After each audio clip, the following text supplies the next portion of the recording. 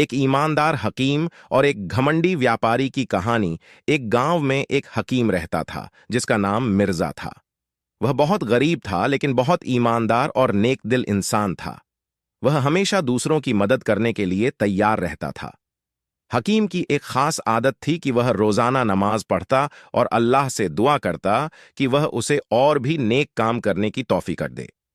एक दिन गांव में एक अमीर व्यापारी आया। उसके पास बहुत सारा पैसा और दौलत थी, लेकिन वह बहुत घमंडी था। उसने गांव वालों को अपने पैसे के बल पर दबाने की कोशिश की।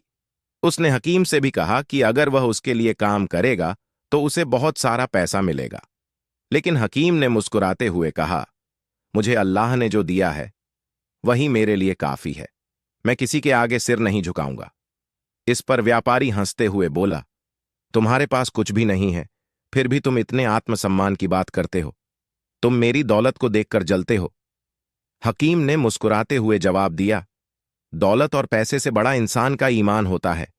मेरे पास वो दौलत है जो तुम्हारे पास नहीं है, और वो है अल्लाह पर यकीन और उससे मिलने वाला सुकून। कुछ समय बाद गांव में एक बड़ी आपदा आई। नदी में बाढ़ आ गई और गांव की बहुत सी संपत्ति नष्ट हो गई। व्यापारी की सारी संपत्ति भी बह गई। वह बेसहारा हो गया और उसे समझ में आया कि दुनिया की दौलत पल भर में चली जाती है, लेकिन इंसान का ईमान और नेक दिली हमेशा उसके साथ रहती है। हकीम ने उस व्यापारी की मदद की और उसे सिखाया कि असली दौलत पैसे में नहीं, बल्कि अल्लाह के रास्ते पर चलने में है। व्यापारी ने हकीम से माफी मांगी और उससे नेक रास्ते पर चलने का सबक सीखा।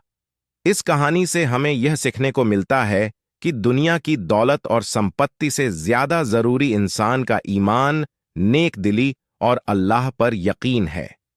अगर आपको हमारी कहानी अच्छी लगी तो एक लाइक जरूर करें और ऐसी अच्छी अच्छी कहानियों के लिए हमारे चैनल को लाजमी सब्सक्राइब करें।